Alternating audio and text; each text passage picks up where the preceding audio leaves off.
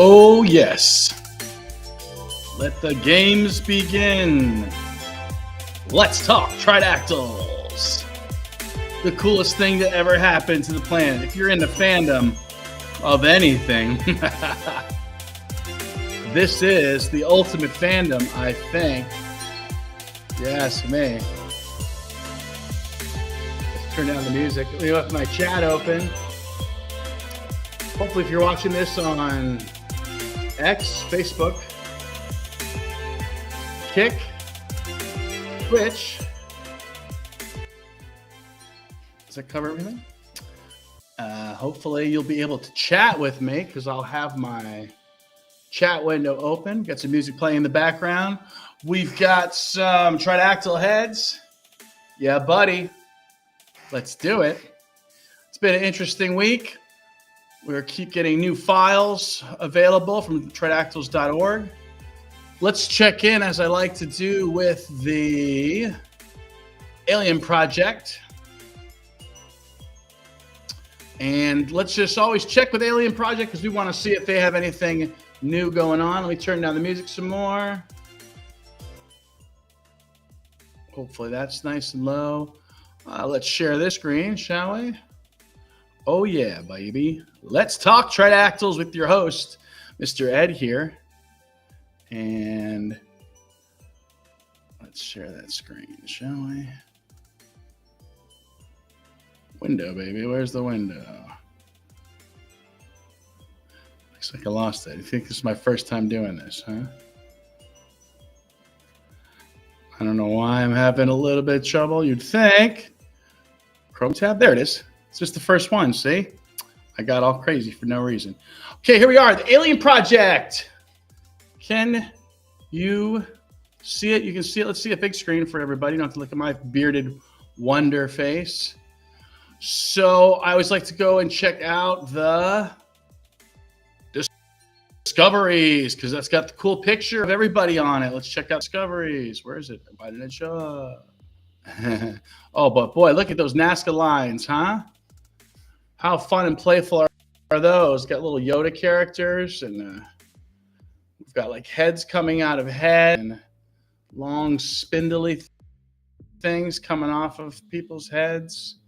How probably some depictions of the beings right there. But I thought Discoveries usually showed all the buggers. No, they lost that here. Let's see. Let's look at Fernando. Fernando doesn't get a lot of attention. I don't know what's going on. There he is. All right. So let's see if we see anything interesting about Fernando. Very human-looking head with proper proportions, it looks like to me. But of course, we do have the tridactyl limbs. Now, I see how he's holding his head up.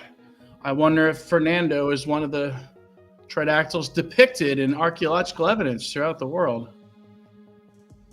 with a hold your head up motif. All right, that's Fernando. We're checking out good old the-alien-project.com. That's a mouthful with Theory and his team. Seeing what they got going on over there. We're taking a look at Fernando.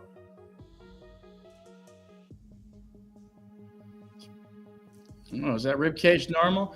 I think maybe because with Maria, because of her primate DNA, you know, she has both chimpanzee and bonobo DNA and human, as far as I know, if I'm not mistaken. So I think that's did I lose camera or something here? Let's see what happened. There we go. I'm going to stop sharing that screen because something happened to it. All right. Let's check out tridactyls.org. See who's on that screen as soon as I just pop open for fun. That way we just go from being to being. And you know what? I say being because that's a nice, easy term, right? Being. It's easier to say the tridactyls. I think I said the other night that, you know, tridactyls might just be an intermediary name. Fairy folk, aliens. And, you know, I suggest when people do call them aliens that you put a stop to it. You put an end to it and you say they're not aliens. And what I say personally is I say they're terrestrials. I use the term like Urhimat is a origin point of a language. I'm always looking up that as well. So yeah, the oldest city, one of the oldest cities that we know of, right, in the world. And so I use that term instead of like extraterrestrial and terrestrial. You know, there's a lot of discussion about the giants still. But the interesting thing about the word giant and the word human, they're essentially the same word. Yeah, they're a two-part word. And the etymology for both is basically saying man or being from the earth. Yeah, giant, like just like you hear like geo. It's the same, it's that same prefix there. So I know there's talk about giants being big. And, you know, what if we're the giants? If you look at how small the little buddies are, they're 2 feet tall, right? What I thought I would do is I'd start moving the head slowly from here to there. We can look at this groovy thing right here, or we can just say, hey, why bother with this little tiny model? And why don't we just look at what's going on over here instead? So talking about the bodies, I just wrote a great paper. Well, I think it's pretty good considering that my last two papers were more like a social studies article, maybe something you'd find in a light magazine. This latest paper is a little more journal orientated. And let's see if I can find that for you. We can even look at the title together here. Welcome to Let's Talk Tridactyls. Ideally, I have my chat open. I'd love to hear from you guys. Love hearing about who's your favorite tridactyl. What's your favorite tridactyl-related artifact? I like Lion's Rock in Sri Lanka. That's a good one. Let's see. Can I just move this over? So here's my article that I wrote to jump in. I was trying to save it for tridactyls.org too, but I don't know. I thought there was a way to upload that. I guess something went awry. So anyway, I posted as much places as I could.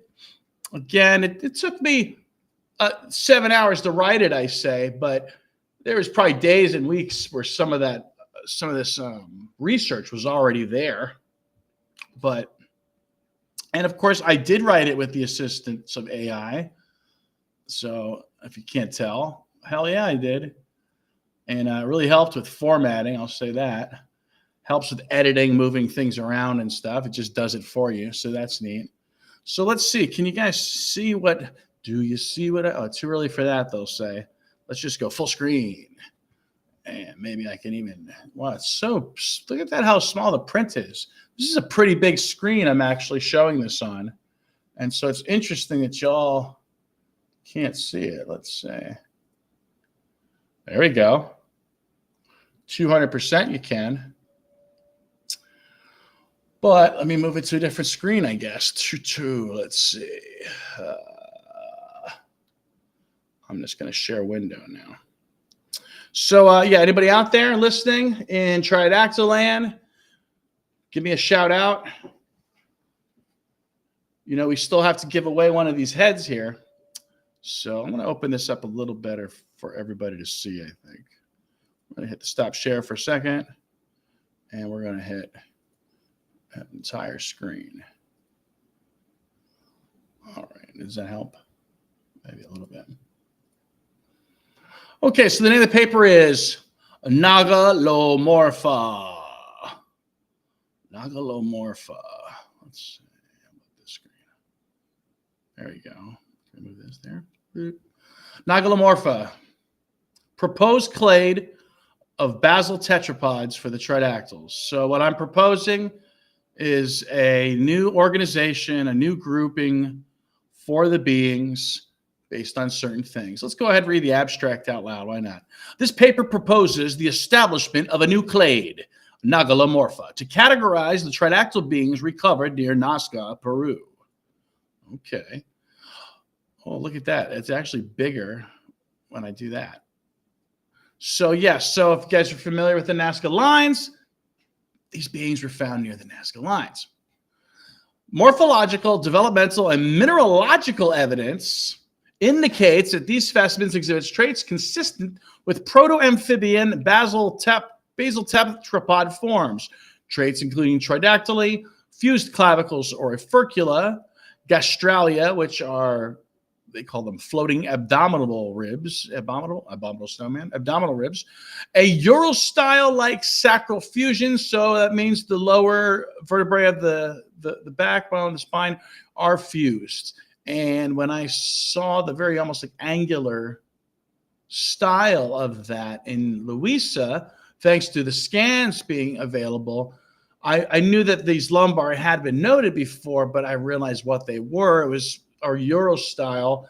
And one of the reasons that Maria doesn't have a coccyx or a tailbone is that implies that she had a tail and lost it. See, Maria doesn't have lungs, and we don't talk about that a lot. And the little ones don't have lungs.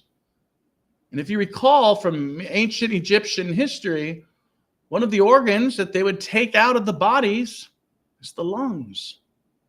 And I'm sure we made up the craziest stories as to why they did that. But I think we know. And I think we also know now, don't we? We know why we have some of these shaft burials or these fetal burials in the fetal position. Why? Think about it. Think about it. What do we have evidence of in the bodies? Eggs, right? And in the eggs, those bodies are in the fetal position. So it's almost as though our entire funerary complex is basically saying return into the earth from whence you came, into the earth, oh ancestors. Okay, let's see. Now, can I just move this? I wonder. I bet you I can. Oh, hey, that's all right. That's a good mistake. So we're talking about nagalomorpha. That's a term I came up with. So can we actually see some of the morphology that I was just talking about? Let's go for it. All right. So here we have Louisa, very typical of the tridactyls. I'm wondering if Artemis was an early version, and maybe they got better at dealing with the larva being born within, so that ovoviviparity, that means those creatures are being born likely within, because this is essentially an amphibian being. It is a sort of humanoid frog, is really one of the best ways to look at it. Or when people say lizard man, I say, oh no, salamander.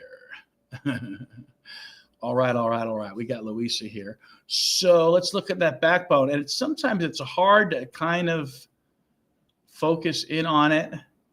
And there's probably some great way to sort of like switch the coloring around or something, and maybe make it so it's easier to see. Let's see.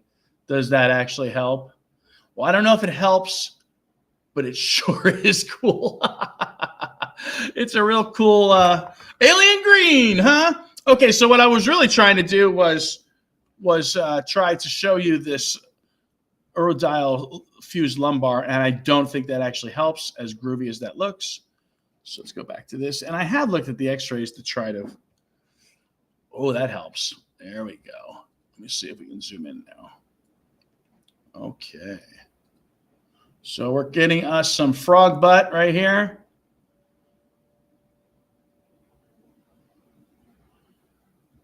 Maybe we should move into some other positions from Miss Louisa here to see if we can get into that frog butt. Okay, here's so Lisa. So what else can we say that's in the paper besides some obvious stuff?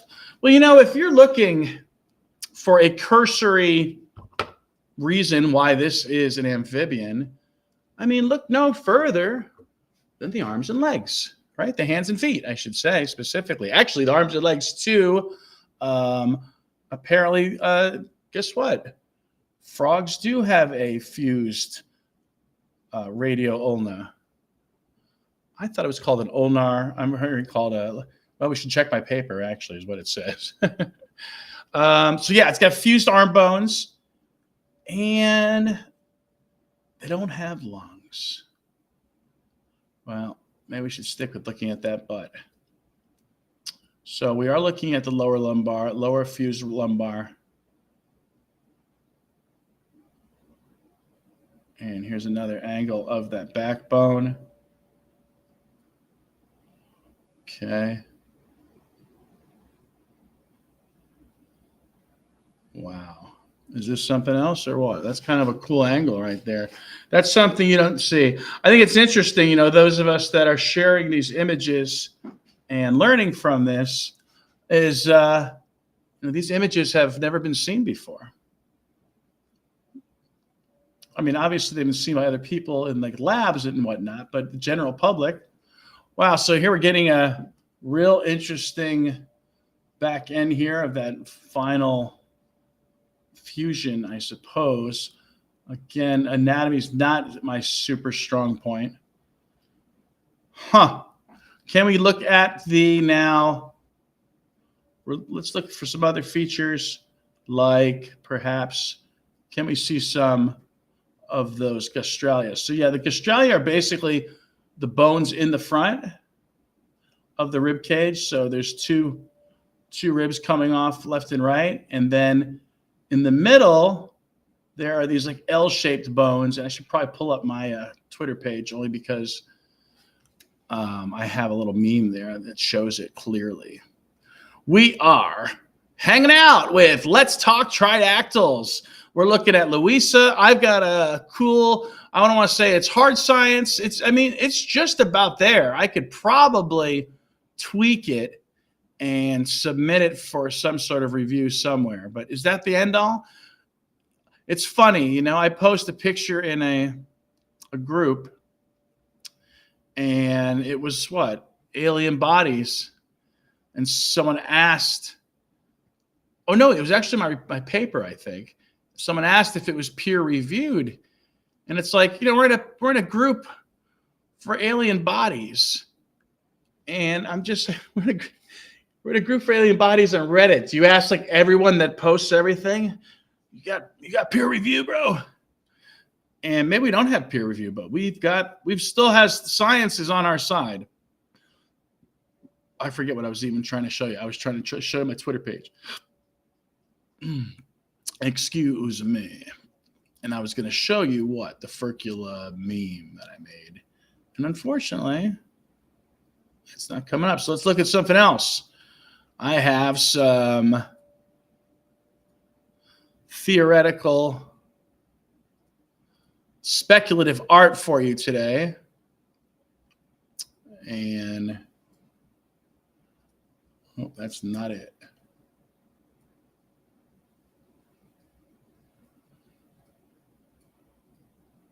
There it is. All right. Welcome to Let's Talk Tridactyls. If you're out there, give me a shout out, because sometimes I feel like I'm talking to myself. And then I don't know. Maybe I get bored. Maybe I get lost. Maybe I think I'm just doing a monologue here, some sort of soliloquy for Aliens Anonymous. What are we looking at? I'm trying to show you some cool stuff as I do, right? You can see it. Good. Look at these guys. Let's go full screen. Ooh, let's go full screen.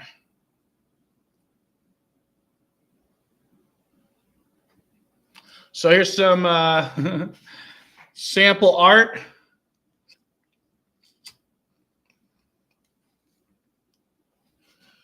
So I predicted that there will be a front limb development larva within the eggs. And while we haven't, I wouldn't say it's 100% proof, with all this information pointing towards the amphibians and this Euro style and lack of coccyx, then yeah, I wouldn't doubt it that those larvae are going to look something like this. Darn AI, though. I had perfect 3 fingers on both of these pieces of art, and AI just can't get hands right and still adds fingers. And it's like everybody, no matter if you post something, they're going to be like, Ed, it's got 4 fingers. I know. How cool does that look? Are you digging that? I'm digging that. All right. So we've got some speculative tridactyl models there of what maybe the insectoids or the xenomorphs might look like, right? And of course, a little larva there. That's pretty cool if you ask me. What else do we have going on here? Gotta find that one. I guess I post so much that I forget where. Here's something cool. So I asked AI to make a meme, and it made a comedic meme, which is pretty funny. So when you're missing a coccyx, but you got that Euro style. Okay. I had gotten some good shot there of Luis's Euro style. Another funny meme I just have out there. Reptilians? Nah. Proto-amphibians or basal tetrapods? Yeah. Here's one of my earliest pieces of work when I was just getting into this. And it demonstrates the the various graphemes or symbols for the Chinese symbol for, look at that, I caught part of my Google on there, for sky and heaven and God. And look at that. A couple of the earliest ones look like anomalous little limbed beings, little wide head beings. Look at that dwarf with that large head. Now, why would your symbol for sky god or heaven be a little dwarf?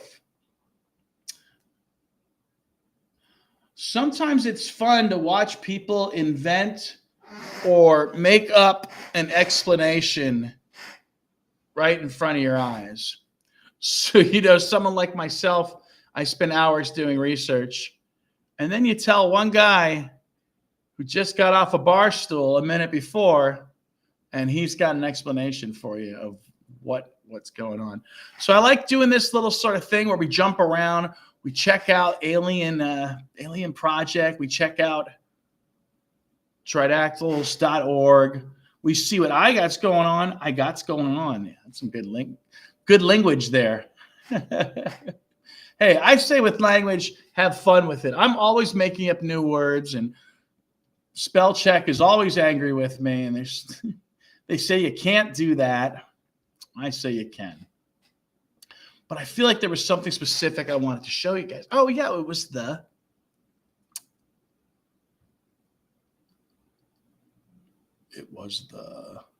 Australia. It's funny how there it is. Okay, let's just show the Australia there.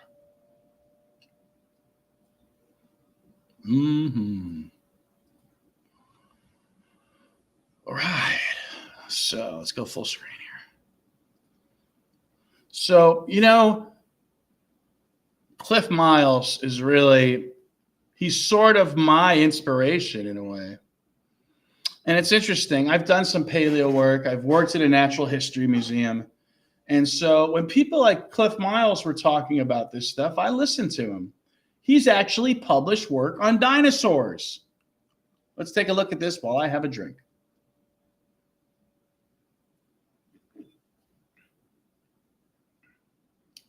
You're at Let's Talk Tridactyls.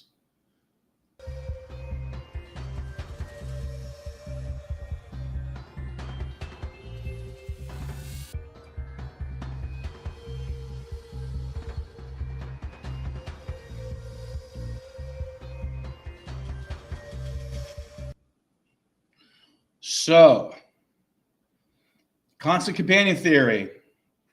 We've never been alone. The Gastralia, the Tridactyls. So there's several Gastralia. There are perhaps, I read if there was nine sets of ribs, then perhaps 7 of those might have a Gastralia or a floating sort of abdominal rib. I guess it's not entirely true. Still found in crocodilians today. And modern birds, some of them when they're young, they'll have it. How interesting is that? Let's go back to my paper because I think it's important to talk about some of this stuff.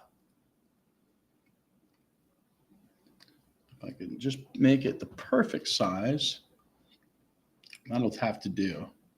So we were reading before about the Euro-style sacral fusion, fused limb bones. So again, not totally unusual. We can see that in frogs. Pneumatic skeletal structures, also seen in amphibians, and adaptations for cutaneous respiration. So no lungs. Mineralogical analysis revealed embedded marine sediments. That was a big deal to me when I first heard that, suggesting a semi-aquatic or amphibious origin. Early stages of that, if those minerals are there. Recognition of these combined traits as originally proposed by moi supports Nagelomorpha as a distinct basal tetrapod lineage. Okay, so what that's saying,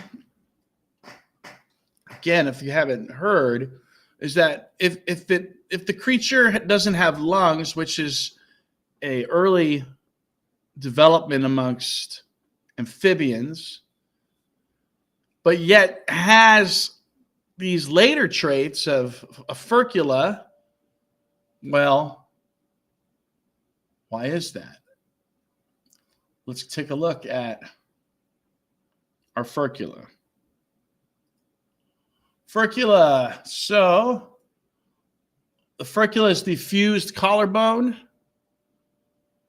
aka a sort of wishbone. You know, the museum that I first started working at, the Graves Museum. I don't know if you can see my patch on this. There's a patch on that one. Graves Museum of Archaeology and Natural History. My friend actually designed this patch and the other patch for the other museum. So that museum actually welcomed a raptor exhibit because of the big deal of discovering that wishbone. Yeah, the Graves Museum of Archaeology and Natural History in Dania Beach, Florida. So here we got Louisa once again. And take a look at that. I'm going to go ahead and do some sharing. And let's see if I can maybe, can we pull out a little here? Zoom out a little. So, oh, wrong button. Take a look at this.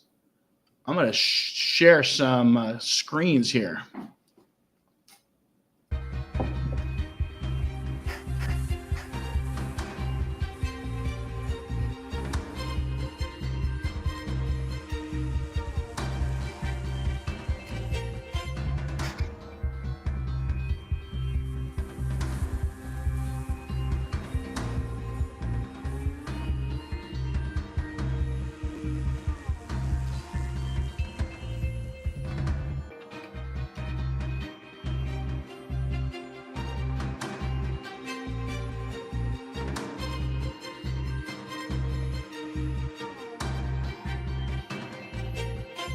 You are at Tridactyls. Let's talk Tridactyls.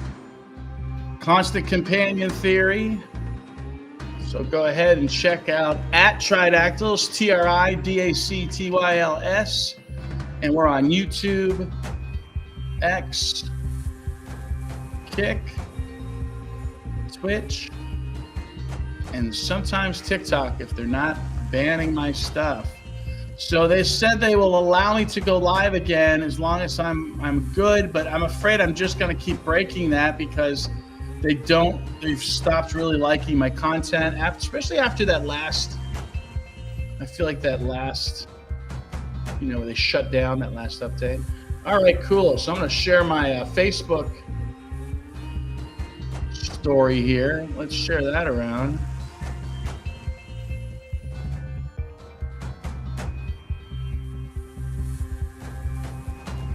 Sharing that on my Facebook group, Film Friends of Florida. I am also a sometimes actor, so that's kind of cool. I don't know if any of you guys have seen Aggro Drift, the movie shot in Infravision. Play Dungeons and Dragons, shot in Infravision. Yeah, it's shot all in like heat vision. All right, well, that's one share right there. I guess that's good for now. Let's get back to the show, and we're talking about the furcula. We're talking about these beings essentially being some sort of amphibious frog person.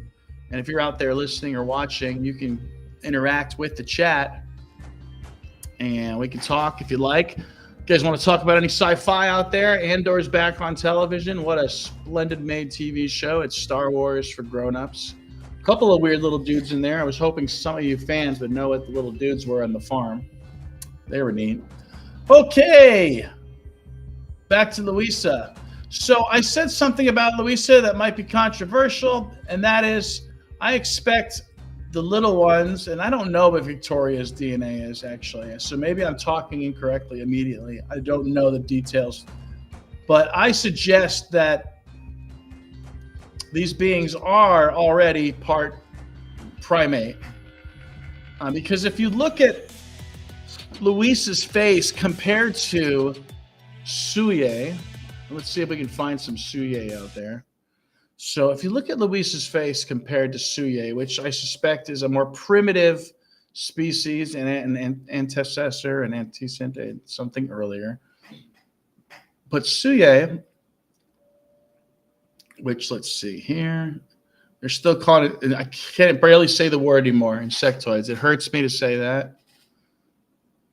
I would hope that insectoids would at the very least have three arms, three arms and legs, right? So I'm going to share Miss Suye. Hopefully you can see it as I move her over here. There you go. Maybe we can leave them both up. I don't have any dicoms on her, so but we can look at her face nonetheless. Boom, there you go. Maybe I can get a little more side-by-side action, right? It's like, come on, girls, sit next to each other here. There we go. So, assuming that Suye is real, and I did see some scans that seem to match the the other ones there. That's what I was saying about people keep saying the little ones are fake. You can't have Maria without the little ones. There's again, that's the species before that. I suggest that to even birth these here, or I'm looking at over my screen, I got two screens, to birth these here, that it's likely a female of the so-called xenomorphs and a chimpanzee male, likely, is what you're getting. So, how interesting. How interesting. They probably depended on the fact that primates are very horny. So I'm thinking that possibly that there was some sort of assistance necessary for fertilization at times. There seems to be allusions to trees being related to the mother goddess. So here we go. We've got two different species right there, or two different generations, if you will, of Suye. More insect-like, they say. I don't think so. But those spinal protrusions are certainly interesting, which definitely brings to mind stories and myths of fairy folk. So did that thing fly? See, that abdomen looks like an insect abdomen. And who knows if these beings are somehow the progenitors of various clades of life. Perhaps they're the progenitors of insect life as well. And they are called the ant people by some cultures, some Americans, indigenous Americans. Interesting. I think we wanted to talk about some other stuff tonight, though.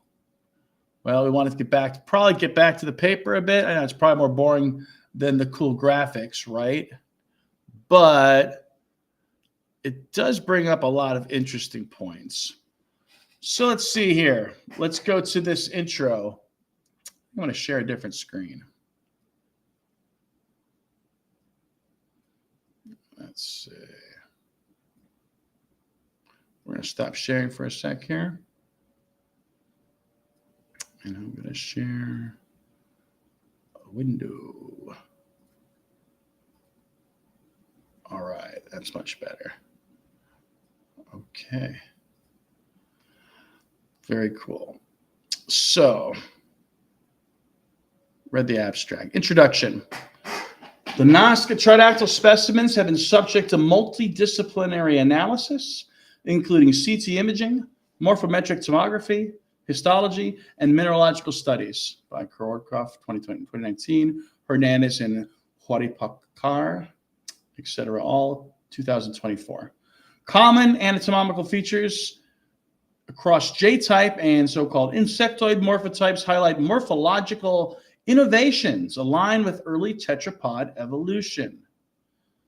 The author, myself, originally proposed that the proto-amphibian basal tetrapod hypothesis based on early analysis of these specimens. So, wow. It's pretty cool. Pretty cool to do some work and at least bring some research to people. Guys, Sunday I'm going to be giving away one of these heads.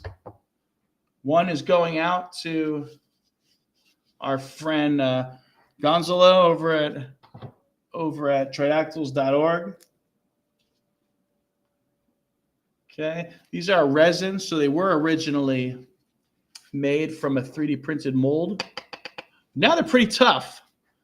So they come out white, which is just plain old white, but it looks kind of nice. I don't know. I've been admiring just the clean white after perhaps staring at these guys for too long. And so what's with the morphology on these?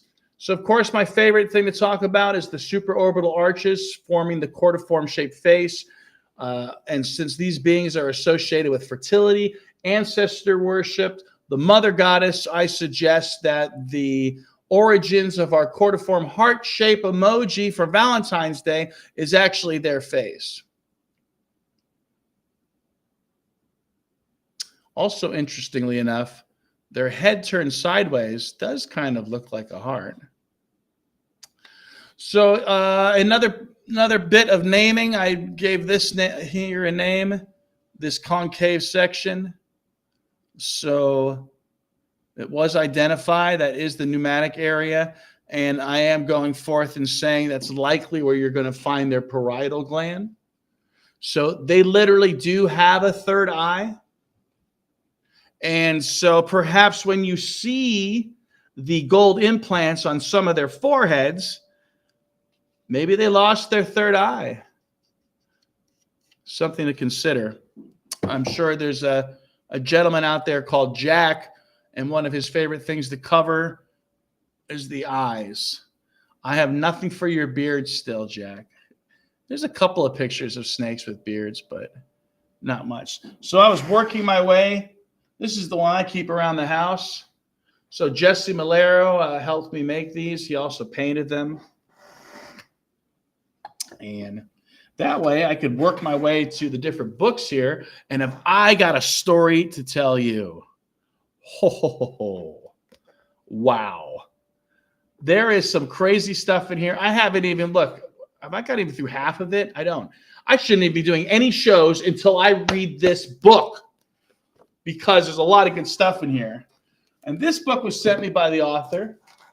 Very nice of him.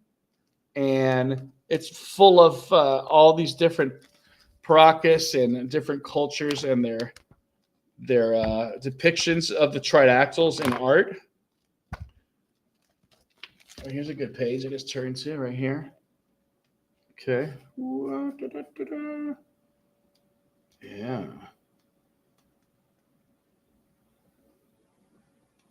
I know you can see it. So isn't that funny? Those times that maybe that there's art where it looks like they have maybe a hanging piece of gender. It's probably just the remains of that Euro-style tail hanging off their butt.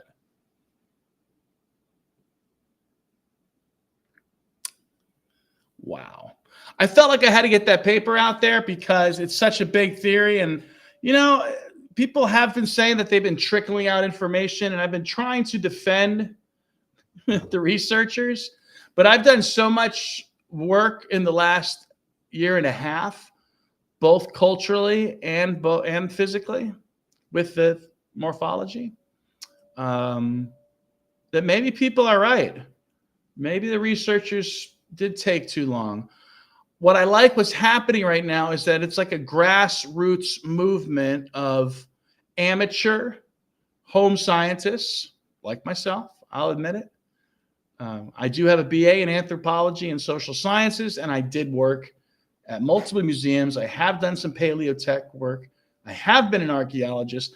And so I do have that experience going for me. And it's unfortunate we may have to talk about my experience. We should all have our right to an opinion, and we should also have our right to do research.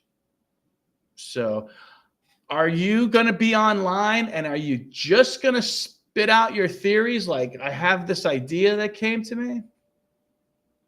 Usually what I like to do, I have the idea that comes to me and then I try to research evidence that supports that idea. But we're working our way towards the magic box. Magic box. I thought with all this talk about fetuses and larvae, and you might not know this, but I believe I'm one of the first people to publicly state, hey, there's a baby dragon in this egg. Why do I say dragon? Are we playing D&D? Because the people of Asia still cite dragon mothers as their ancestral goddess. There are people in Myanmar who practice neck extension, which you might associate with Africa. Well, I was sharing that with people, suggesting that these beings are, in fact, the Naga and dragon people of Asia. And don't you know that Maria's DNA came back Myanmar and Han Dynasty, where some of the earliest dragon myths began? The archaeology starts to predict the biology. Ancient Egyptian myth predicted, well, let's say they backtracked a little bit on this, so maybe I shouldn't be so cocky. But ancient myths predict a sequential hermaphroditism, which, if some of you also know with amphibians, that depending on environmental constraints, the sex of the amphibian can change. So there are plenty of our myths, whether it's Loki, Set, or even Shaddai and Yahweh, of sequential hermaphroditism. That is, the being was one sex and then they became another sex. If you're just tuning in, one of my early predictions will be, and it's like, I feel like a prediction, it sounds like I'm like, hello, this is Mother Clue. What's coming in is mine. I'm like, that kind of prediction. I'm saying that since these are amphibians and there is this pneumatic concave area here that I call the kappa, after the Japanese mythological creature, which would collect water in its head. Isn't it strange that the word for cup is also in Japan? I didn't check the full etymology on that. That could be a recent thing. But my discoveries with etymology has been that the languages of mankind are a lot closer than we were led to believe. And it's so strange that the discovery of these beings allowed me to now start tracing phonemes or sounds, very small, tiny bits of human language and proto-language. It's led me in that direction into the letters of the world. Because the letters of the world, as if you were here earlier, like the Chinese letters, the letters of humanity depict these beings. In fact, the shin in the Semitic language, in Syrian, in the Syriac language, it's heart-shaped. And that's also the first letter for the mother goddess Shaddai. When Spock does this, that's a shin, that's a Shaddai. And what that has led me to believe, you could almost just say something as simple as our pronoun she means the mother goddess. And I did do a little etymological research into this. And it's interesting, go figure, the male he, which could be related to yo or ya even, he appears first and she appears later. And she, let's see if I get her name right. Xinguangmo. There is a goddess of the West. We should just call her that, right? The goddess of the West in Chinese culture is a she. And so I find that this she is going around as a feminine pronoun. The other pronoun I discovered of importance was ka. And I suspected that this Ka was an ancient deity that I just hadn't heard about. And I'm sure if you ask most people on the street, they'll be like, have you heard of the god Ka? No. Maybe if you remember the Jungle Book with Mowgli, right? There were the two cobras fighting. There was like Nag and Nagina or something, but that's in the Ricky Tikki Tavi. But with the actual Jungle Book, it's Ka, that snake too, right? So we had Nag and Nagina and Ka. So these terms I was already familiar with as a child. Now you could have said, what are you talking about? What's this Ka stuff? Well, I saw this Brahma Sanskrit letter, and it was the primary first letter, like our letter A. Yeah. And it was a serpentine being. And maybe just go look at some of my content so I don't have to leave my story here to tell you. It was a serpentine being, this letter, and this letter is Ka. Later, I discovered this book called the Nilamata Purana, and it is a Northwest Hindu, well, I don't want to say Hindu, is it? Let's just say Northwest Asian belief system dealing with Nagas and Ka, and it says, Ka is the Prajapati. Ka is the creator. And if you take these phonemes, like my Naga phoneme of NG sound, the so I found that I call it the Naga phoneme, this I could trace it through various lakes in the Himalayas and relate it to words like ang. So words like angle, and words that relate to eels like anguilla. So anyway, there's a little tiny bit of that in my sciencey paper. Nagalomorpha. I'm proposing a new basal tetrapod class for these proto-amphibians. Why? Because they don't have lungs, and that indicates an amphibian right off the bat. Besides, of course, there was a little clue in the tridactylism, okay? But then we have these other things. The furcula. Let's look at it on the picture graph. The picture graph machine. I'll make up a word, you know. Let's go take a look at Louisa. Why not, right? It's getting hot in here. I have this light on, and so it is getting hot. There's my paper. We don't want to share that yet. We've been talking about that enough, I think, right? Let's see. We're going to well, there it is, though. Welcome to Let's Talk Tridactyls. We're talking about the greatest discovery of all time. You know, there's a theory going around that there are what do they call them? Disinformation agents, I guess you'd call them. And they seem to be out there. And I recognize them because I'll write like a 2,000-word essay, and then there'll be like one comment like, bullshit.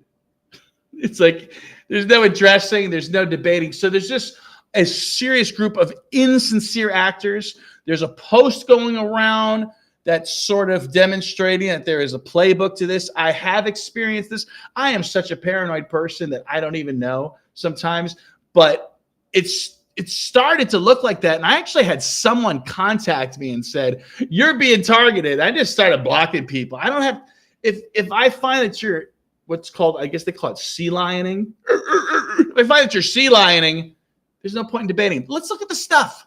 Why am I talking? I should have like a partner here. It's like, okay, that's good. I like to rant. I'll rant about people. We're talking about furculas.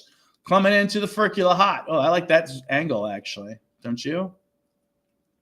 If you're out there in chat land, drop me a chat and I'll share your comment. Oh, hey, there are people here. Son of a gun. Look at that. We got Fat Jesus coming in. Hey, buddy. When did he sign up there? All right. Are these original 3D scans I have never seen? Hand pink waving. Hey, can you see this chat? Yes, I can. Best views on streamboat.com. Remove the space. What? I don't know what that means. He's advertising. You're on Facebook too. This guy I trust. Okay, if I threw something your way, think you'd give me your thoughts. I'm going to share this. Let's see here. Hopefully it's not bad. Let's see what this guy's got to say. If I threw something your way, think give me your thoughts. If I shared it to your Twitter page. Haven't shared it, I'm on the side of digging more into it before any gun jumping publication. Okay. Hey, again, if you're out there. So listen, I see there's some people out there. So if you're out there right now, I'm going to give you a chance these guys here, I'm going to give you guys a chance to win a tridactyl head. That's you too, Fat Jesus. So we'll have to get some numbers out there. All right, let's see. I'm going to put Fat Jesus' comment up there. We'll leave that. We're going to leave Fat Jesus' comment up there because that's awesome. Yeah, Jesus, we are looking at things you haven't seen before. This is Louisa.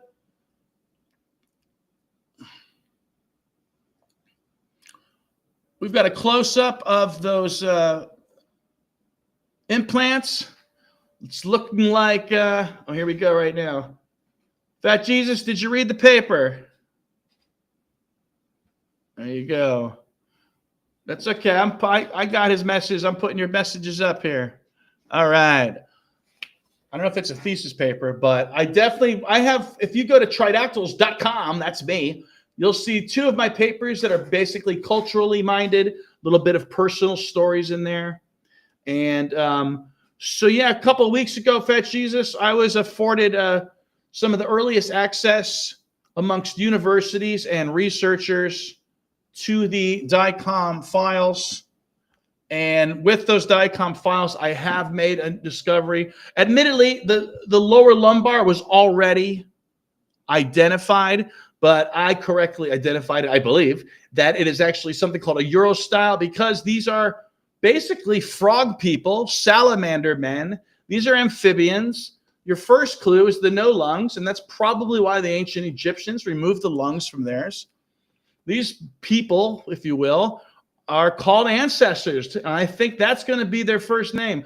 Billy Carson's watching. Billy Carson's is going to yoink some things. Billy, I don't mind if the average person yoinks. Go ahead, steal everything. And I think that's how the feeling is over at tridactyls.org. Yeah, share this with people, for God's sakes. It's the greatest secret being held right now. And you have to ask yourself, why are the talking heads of the UFO community not getting involved? Anyway, Furcula.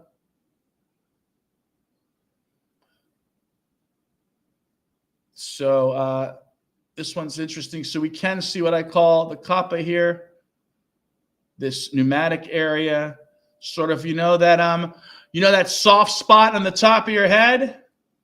Maybe that's where our parietal gland went, and maybe it went that way. The kind of things. Whoa, there we go. So I'm just zooming in to the top here.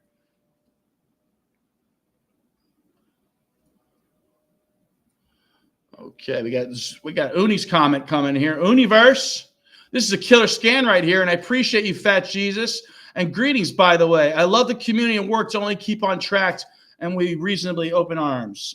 Okay, we can see a couple of the cranial ridges coming off of this here. Let's take a profile of her. I don't think we can do a profile because of this section of.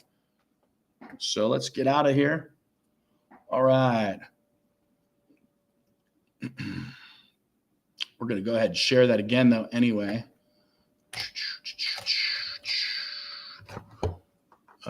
Actually, let's go ahead and take a little break and look at the paper again. We'll just keep going back and forth. Hey, if there's any Andor fans out there, if you guys want to talk about Andor, go ahead and drop me a line about that. Anybody know the name of those aliens on there? That'd be cool. So let's look at this paper. I'm going to put a little music on and see what it says.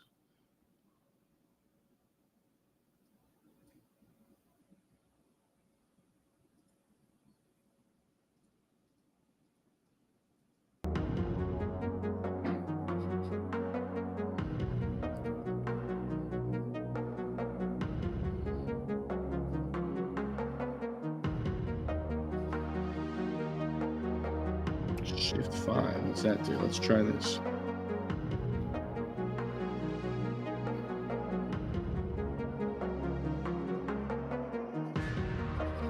Nothing. I mean, I get 3 screens in here.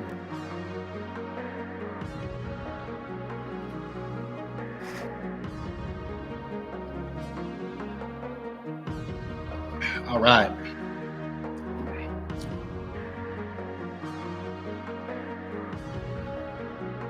So too long didn't read. What I'm saying here is that we need a greater class for these beings. Okay, we were looking at bodies. We were looking at the paper. We're going to get another paragraph here out of the paper out of the way. Proto-amphibian basal tetrapod hypothesis. The proto-amphibian basal tetrapod hypothesis posits that the tridactyl, that is a tongue twister, that the tridactyl specimens derive from early amphibian ancestors retaining cutaneous respiration, metamorphic development, and pneumatic skeletal adaptations. To accommodate this lineage, the author proposes the clade Nagelomorpha, representing the basal tetrapods with proto-amphibian traits. So let's look at our geologic time schedule here. Let's go all the way back in our Wayback Machine to the Devonian period, 400 million years ago, and the early Carboniferous period, 325 plus million years ago. And around this time, we have Australia appearing. Those are those floating abdominal rib bones that we see where? We see them in modern crocodiles. Let's see. Here, I got people talking. All right. Where are you guys talking on, by the way? You guys on YouTube. I can see that. So I got people talking on YouTube. Thanks, man. That's good because YouTube's like probably the main channel, and I really don't even use it that much. I try to post on X a lot. We're looking at when some of these features appeared so we can understand why I'm coming up with this crazy theory. So that Australia, an early tetrapodomorph fishes. So fishes for it's like four-limbed fish, 385 million years ago. Furcula documented in stem petropods in the Carboniferous period. Pneumatic bone structure emerging. So note that there's millions of years that are passing before these other features even appear. Yeah, man. And of course, the Euro-style sacral fusion, identified by myself based on specimen analysis, seen in amphibian-like tetrapods such as the Anthostega. And tridactyly, of course, is suggested of various amphibian. It's sort of a, I think it's efficient is what the plan is. These bodies are meant to be efficient. They're meant to be able to recover. And they're meant to, I believe, self-replicate. I think they're self-cloning. They may even be born pregnant. Think about that. All right, that's good for now. I want to look at some cool artifacts. Let me show you what I got today. So we got the magic. Whoops, wrong thing. Hit the stop share. Boom. We've got the magic treasure box today. Let's also look at our comments from our people. I'm all over the place. Couldn't believe there was a third found of the insectoid classification. Grok had told me something about it a week or two ago, and I thought it was a misinformation of an unnamed third, now known as Suye 2. Yeah, I think they must have maybe named two specimens, Suye or something. And then there's also Nukari, right? And so I suggest that those are the earlier specimens. Yeah. In fact, I wonder if I could find any footage of her so that we can make sure that people know what we're talking about, right? Well, we did show, I think, we saw Suye, right? Here, I'll show another one real quick. Maybe this is Suye 1.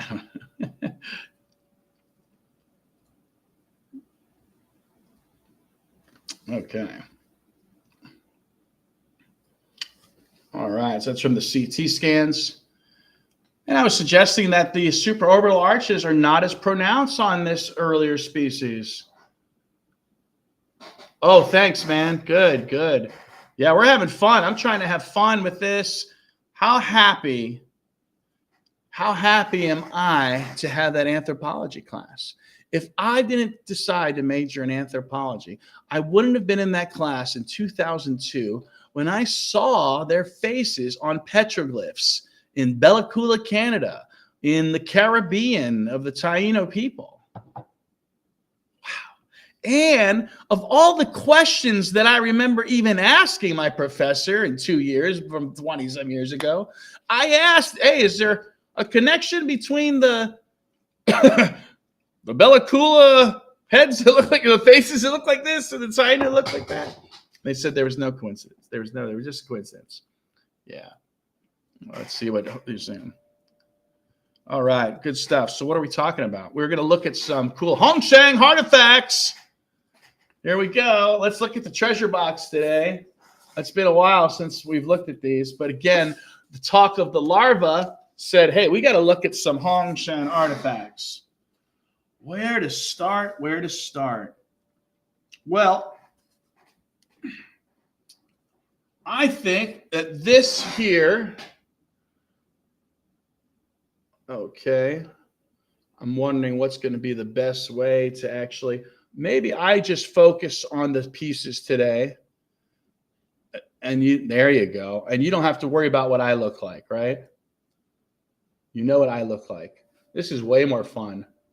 So I did start buying some Hongshang artifacts. Let's look at the comments. I love people talking because thank God you guys are here.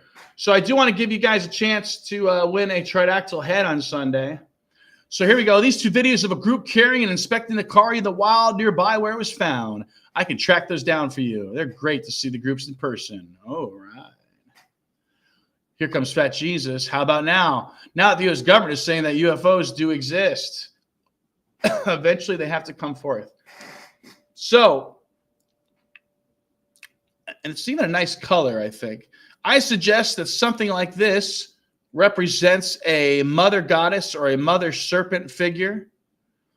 If you see the Akhenaten Egyptian picture, how I was able to eke out what looked like a non-humanoid being, she kind of had a bent head like this. And I suggest that a shape like this is also related to our letter B.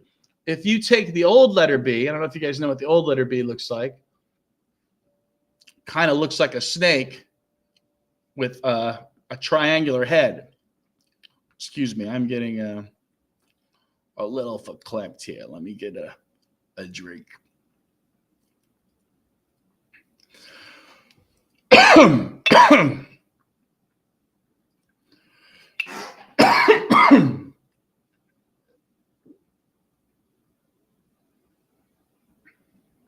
Wow. I just got one of those tickles that wouldn't stop. I hope it doesn't come back. I'll need some honey. Okay, so this is like our alphabet. I suggest that bet is also related to Tibet. T is also a pronoun related to the mother goddess or maybe the daughter goddess, a female nonetheless. Here's another Hongshang piece I got because I thought it was going to predict what is in the eggs. So again, I'm pretty confident that we are going to get this in the eggs. We're going to get front limb development because these are an amphibian type being. And if you know, the axolotl is actually revered. And I would suggest that it's probably any animal really that's revered in human culture. The animal is revered is because our ancestors, the ancients, associated the animal's behavior or physical being or look with these beings because these were the most important things to us.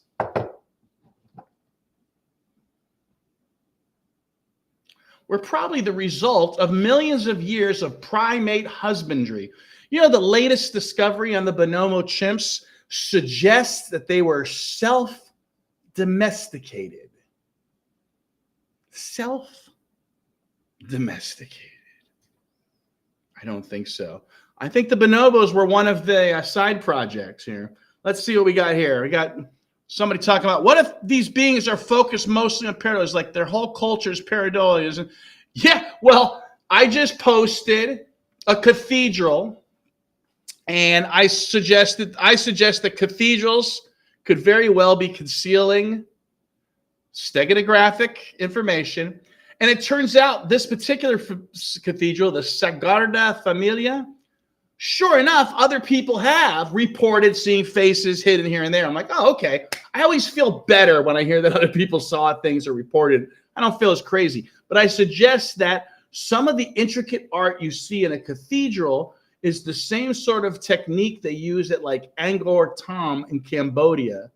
This sort of, the stonework is so complex that it looks pixelated and it's able to conceal various art. We're looking at the Hongshan artifacts today. Okay, what's another good one? Mm-hmm. Mm-hmm.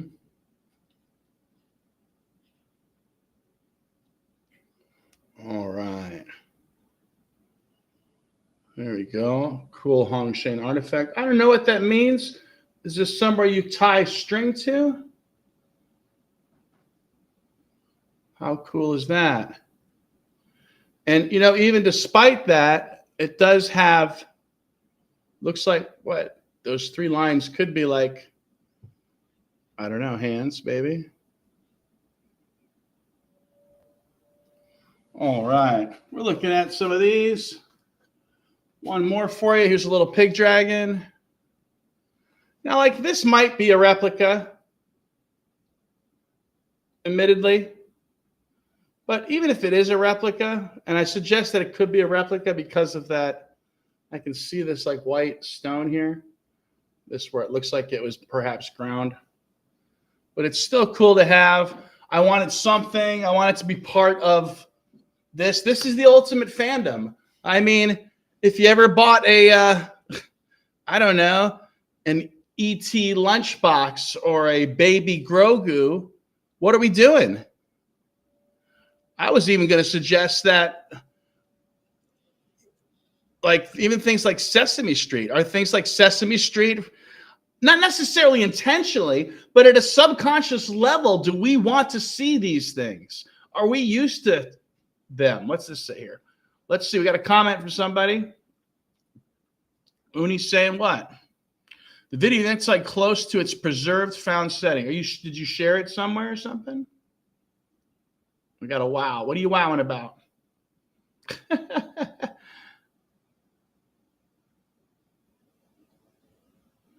Are you talking about what are we talking about? The one I just showed you or something else, you guys? You guys are talking in the comments here. Hey, let's go take a look at some of I always like to jump back and forth because I think we get bored in today's mental age, right? So why not just jump around and see what we see? Let's take a look at some of these scans again because we're here on an educational purposes. And I would say that is our ultimate goal here. My favorite are what they call the so-called J types. I feel like, was that box always around there? It's like this weird frame around my thing. So we're going to look at Alberto. Alberto is an early specimen. And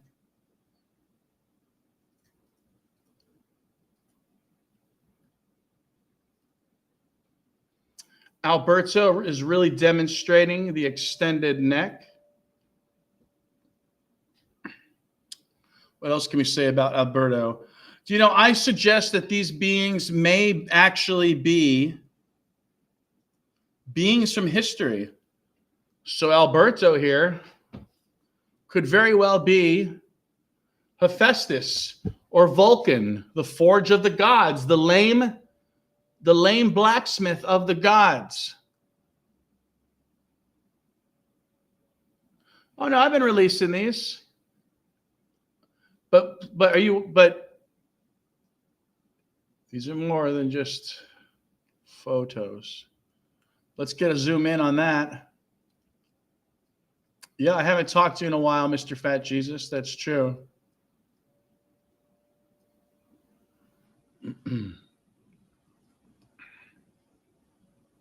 So this is tridactyls.org. They've allowed me. They know that my goal is education and promotion of this topic, and I do a pretty darn good job of it. And I do engage in the science. If it wasn't for them sharing the file, I might not have noticed that back end.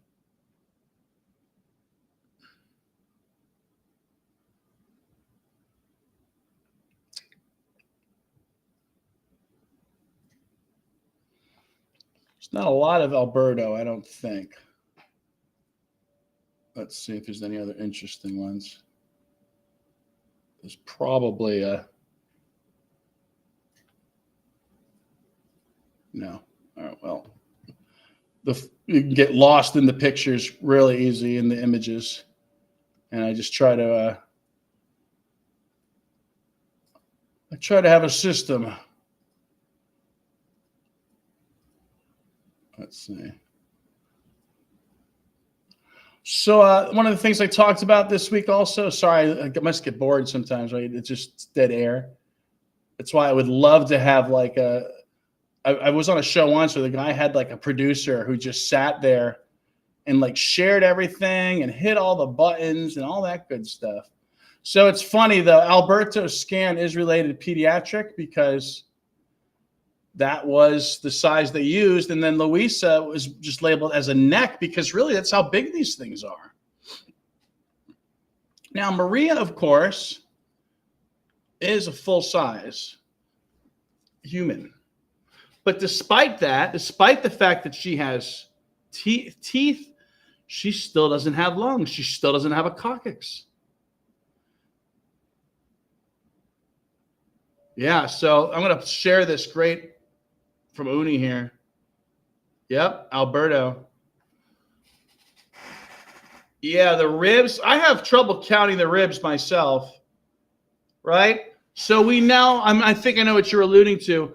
Definitely the myth of Adam losing his rib and creating another being. This is clearly, that is clearly related to these beings, of course, as well. I think some religious people may get upset, but some religious people are going to be happy with this information. Some religious people are going to be upset. You know, same with the pagan folk. You know, the pagans should be happy. They got some stuff right. The Christians should be happy. They got some stuff right. But not everybody got everything right. Yeah, you're talking about Alberto. I know. Why are you saying we're not? Yeah, Alberto. Let's go back to Alberto since there's questions. Yeah, Alberto is the one with the hip implant. And again, yes, it demonstrates that the implant was administered and he healed over and lived, right? You should probably look at the x-ray of that, but honestly, it's so hard to find some of these things. Sometimes it's fun just to put an inversion on it. And that just sometimes at least gives a little something different to look at and might bring out some different features.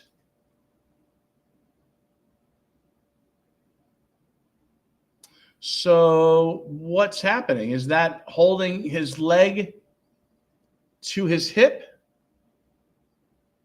Is that what we're seeing here? Boy, there are so many skeptical people out there. They don't even want to talk about this. They don't want to help. They don't want to assist. It's pretty crazy. Yeah. Yeah. Okay. So, yeah. So any other questions or any other thoughts about Alberto? I would have named him Hephaestus or probably even Vulcan, probably. So I do have my own names for some of these guys, especially this one. So yeah, I do suggest that these beings are specific individuals from our shared past. Anyway, I am going to wrap this up unless you guys got some questions or you can remind me of something to look at or something you want to look at. That's fine too. We could do that or something you want to discuss. Let's see. Let's see who else is out there in this world. I'm checking out everybody on X. How are you doing? Thanks for listening. Thanks for watching. Feel free again. Yeah, like I said, jump in anytime. Tell me how you feel about stuff. I'm okay with that. If you don't believe me, I'd like to hear that too. Ooh, somebody just shared something and they tagged me in it. Ancient resorts, Teotihuacan, Mexico. That is a great looking thing. Wow. I'm sharing this mass. This is how things happen. And so since this is grassroots, and I've said this before, and that is, it's going to really take all of us. I really wanted to run as fast as I could out the door. And that's what I'm still doing. Running ahead, not waiting for someone to tell me. And there are people who say that. Well, why don't we wait to see what the experts say? Well, the experts aren't saying anything. So I'm the xenoanthropologist now. And that's okay. That's okay. So, yeah, I'm running forward, but it's going to take a community. We're all on a virtual day because these artifacts, guys, are in museums. They're tucked away in corners. They're little subtle inscriptions at times. They're in private collections, or worse comes to worse, they're on a shelf in a cardboard box. I see a lot of people dissing how some of the mummies get delivered and get moved around. You don't know the reality of just moving anything then. They think that like these mummies come in like some like hermetically sealed box by Tony Stark or something. Not the case. Not the case. So hopefully here, Fat Jesus and I are going to go to Peru, and maybe we'll see those bodies ourselves firsthand. We'll have to see. Oh, don't want to get my hopes up, you know. What else did we post today? Anything new? You got to look at this new mask I just posted. Someone tagged me in. Wow, what cordiform shape, what great nostrils. So when you are trying to find these creatures in the archaeological record, obviously the eyes and the tridactyls are what you're looking for, but the cordiform shape, their maxillary plate, their upper plate, I call it the isosceles plate because it's triangular. You'll see that in the art. And they always like to do their like beast-like, therianthropic, cat-like noses. Jesus likes to create the myth. I'm just going to leave that there.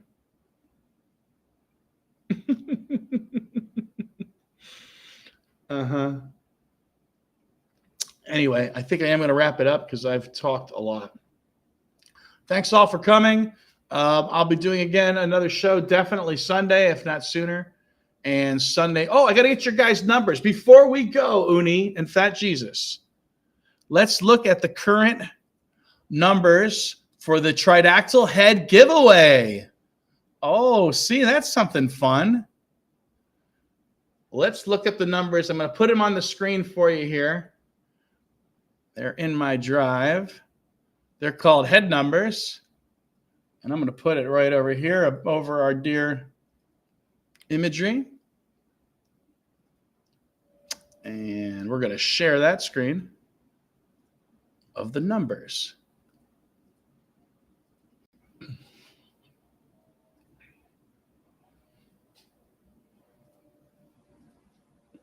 Okay.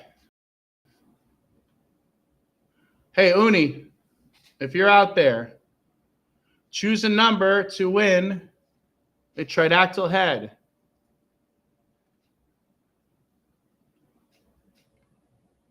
You too, Fat Jesus. Choose a number to win a Tridactyl head.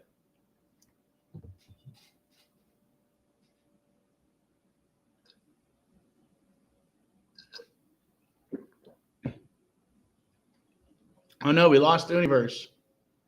Come back, Odie.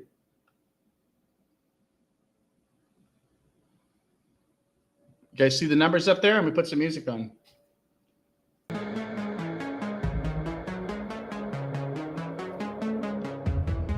Let's talk Tridactyls. We're giving away a head of Josephina on Sunday around 7 p.m. Eastern Time. That's the old In Search of time blocks, time slot. You guys remember if you're old enough for that? Oh, there he is. Gonna say 4, but gotta say 3.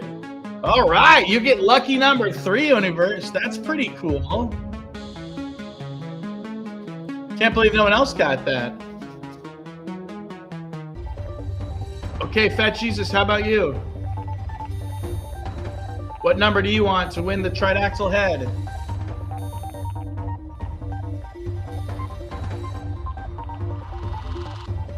I got you down, Uni. What about, he didn't win. What number are you going to choose, Fat Jesus? Please.